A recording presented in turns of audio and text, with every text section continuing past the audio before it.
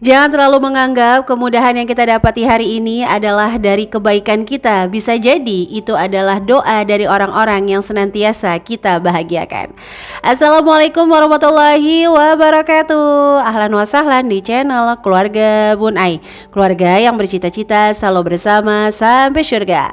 Amin amin ya robbal alamin. Setelah berumah tangga, ibu itu akan langsung jago ngatur keuangan ya. Iya, karena memang manusia didesain Allah itu selalu adaptif.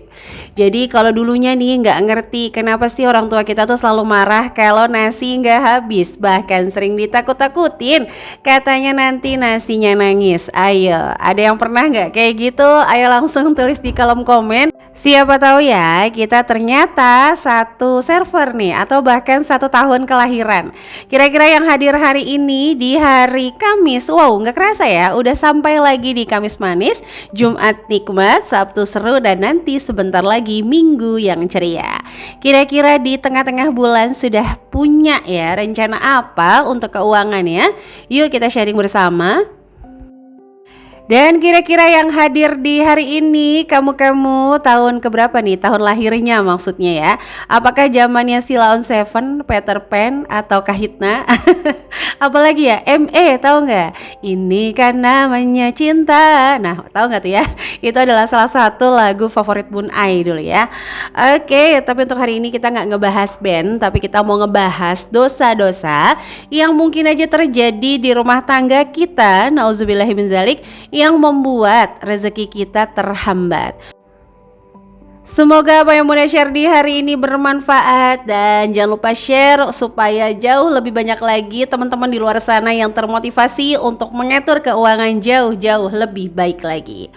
Oke, kita masuk ke poin pertama. Nah, ini yang sering banget kejadian kasusnya di SMC adalah berhutang diam-diam. Kalau diam-diam nabung masih mending nih ya, tapi kalau berhutang diam-diam, wow. Ingat ya, di sini kita nggak bermain di poin besar kecilnya. Contoh, teman-teman tanpa sepengetahuan suami ngambil utangan buat perabot rumah tangga. Tiba-tiba gitu ya, suaminya tuh ngurangin uang jatah belanjanya karena memang income-nya lagi turun. Nah, mulailah konflik. Akhirnya harus apa? Gali lobang, tutup lobang. Nah, kalau ngomongin hutang itu juga berkaitan dengan apa? Harga diri di masyarakat. Makanya pinjol-pinjol itu nggak butuh agunan, Besti. Dia hanya butuh harga diri kamu menjadi agunan terbaik. Makanya pinjol itu nggak butuh agunan macam-macam, dia cuma butuh data kamu. Ini juga salah satu rahasia kenapa nomor telepon semakin banyak semakin lama gitu ya kamu gunakan, maka akan semakin banyak limit yang bisa kamu dapatkan. Karena pastinya semakin lama nomor itu kamu dapatkan, belibet ya. Ini kejar-kejaran mau jemput Bima, mohon maaf ya teman-teman. Maka akan semakin banyak nih database yang mereka dapatkan, sehingga mereka memiliki tim penagih sendiri buat kamu kalau nanti nggak bayar. Oke, tapi hari ini kita nggak bahas pinjol ya. Kita bahas bagaimana berhutang diam-diam. Jadi kalau kita nih sampai hutang, ngerasa gak sih kalau harga diri suami kita tuh lagi dipertaruhkan? Ada yang mikir mungkin suaminya pelit, ada yang mikir mungkin suaminya nggak nyukupin dan sebagainya. Enggak, suami juga ya, istri juga sama. Kalau suami sampai ngutang diam-diam dengan alasan nih nggak mau bikin istrinya stres, tiba-tiba udah kayak bom waktu. Suaminya tau-taunya punya hutang kiri kanan ABC yang jumlahnya istrinya sampai fantastis nggak ngerti cara ngelunasinnya.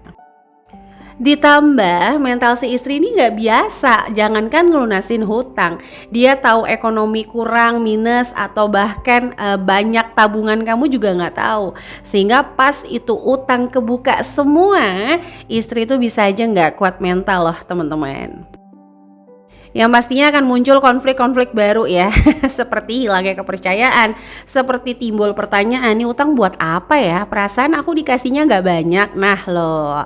Oke, sampai poin ini kira-kira pernah gak ada yang rasa kayak gini? Coba sharing di kolom komen dengan bahasa terbaik dan saran terbaik. Mudah-mudahan bisa jadi jariah nih buat teman-teman juga yang baca komentarnya. Jadi sekali lagi ya, bukan masalah besar kecil dan juga hutang itu nggak harus barang.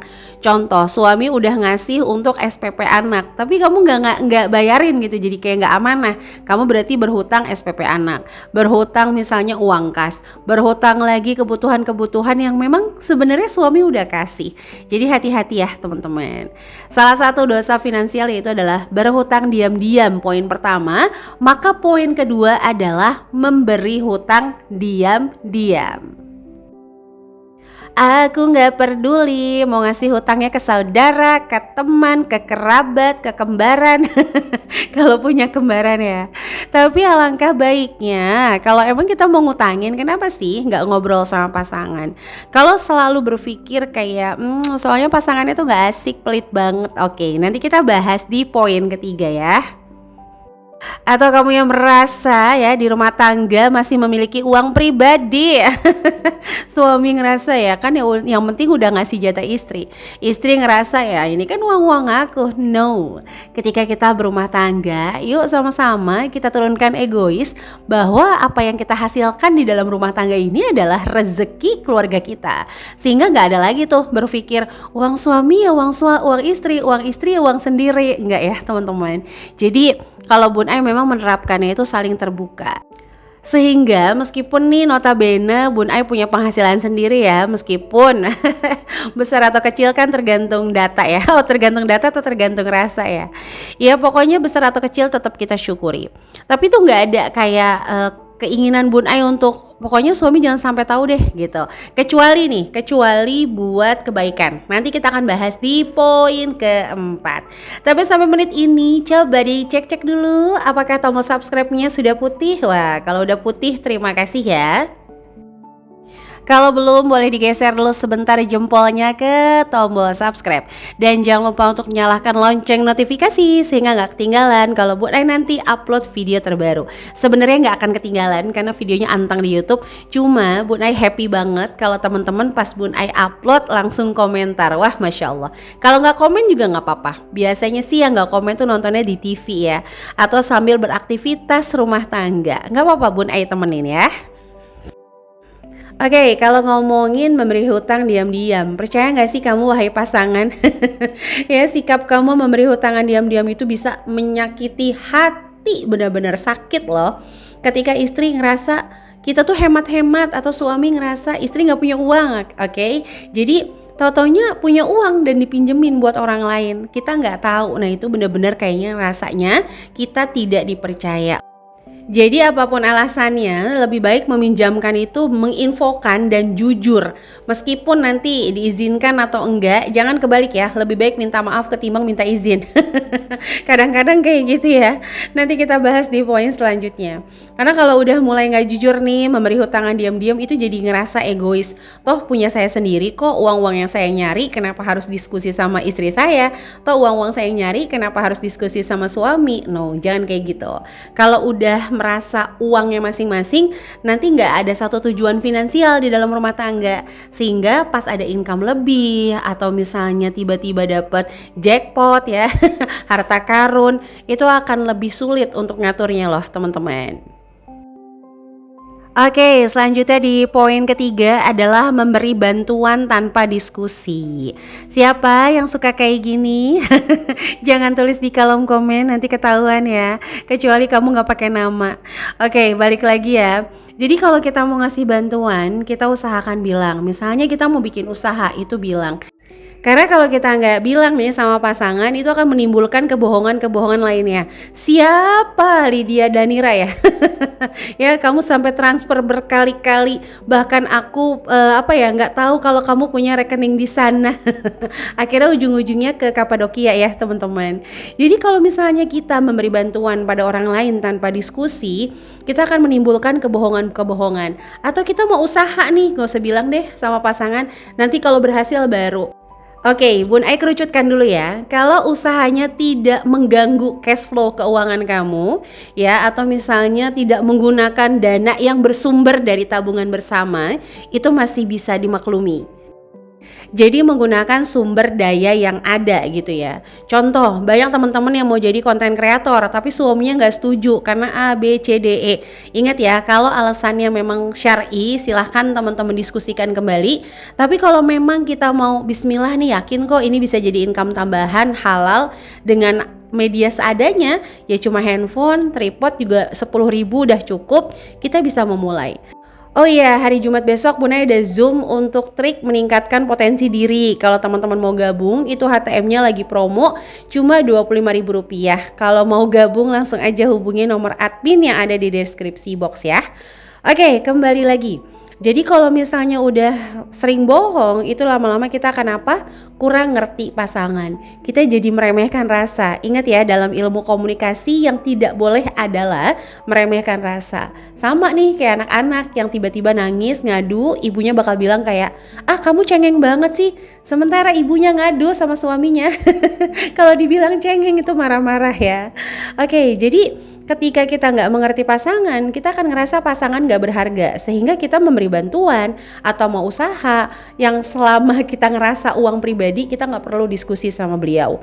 Enggak ya teman-teman, kita harus memberikan pendidikan sampai paham. Kenapa sih kamu harus bantu dia? Kenapa sih kamu harus bantu si Kinan? Kenapa kamu harus bantu si Arya misalnya? Kasih tahu ya teman-teman sampai paham. Jangan egois sehingga kita ngerasa nggak butuh lah, pokoknya saran dari pasangan mah nomor kesekian. Itu jangan sampai. Sehingga kalau mau ngasih bantuan dalam bentuk apapun, transfer atau misalnya bantuan barang-barang bekas pun sekalipun gitu, mohon maaf teman-teman diskusi, ini aku kasih ke sini ya. Jadi kalau udah terbuka kayak gitu, insya Allah rezeki mengalir deras. Aminkan sama-sama.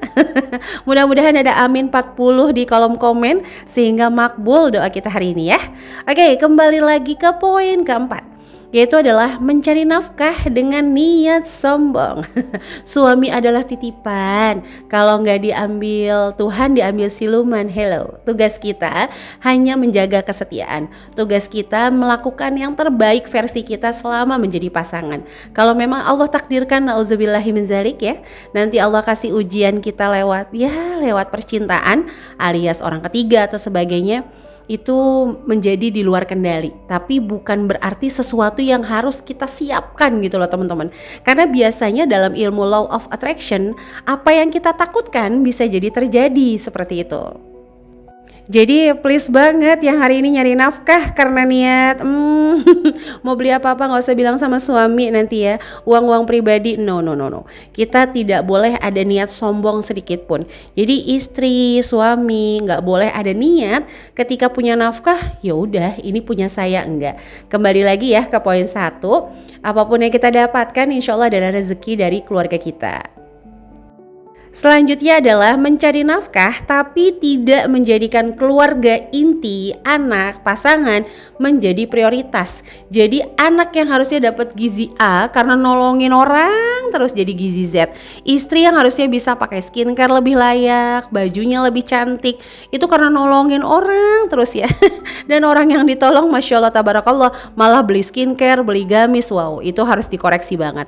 Ketika kita cari nafkah, niatkan dulu bahwa ini akan menjadi prioritas. Jadi keluarga kita itu akan menjadi prioritas dari setiap cucuran nafkah kita. Nah, selanjutnya adalah tidak terbuka masalah pendapatan kecuali untuk kebaikan. Contoh, ada yang suami hobinya maksiat. Kalau kita terbuka itu malah akan berabe bun ai. Boleh teman-teman sembunyikan. Atau ada istri yang hobinya gitu ya, maksiat juga, kebalikan. Boleh teman-teman sembunyikan. Oke, jadi ini adalah dosa-dosa finansial di dalam rumah tangga. Gimana? Kira-kira video ini apakah bermanfaat atau membantu? Atau teman-teman ada pertanyaan, boleh langsung tulis di kolom komen. Nanti kalau pertanyaannya banyak, kita bisa jawab dalam satu konten. Oke, jadi ini aja bisa Bunda sharing di hari ini. Terima kasih yang udah nonton dari awal sampai akhir ya. Sampai jumpa kembali. Salam untuk keluarga di rumah. Jaga kesehatan, jaga keimanan, dan mudah-mudahan kita selalu dilimpahi kebahagiaan. Kurang lebih ya mohon maaf. Wassalamualaikum warahmatullahi wabarakatuh.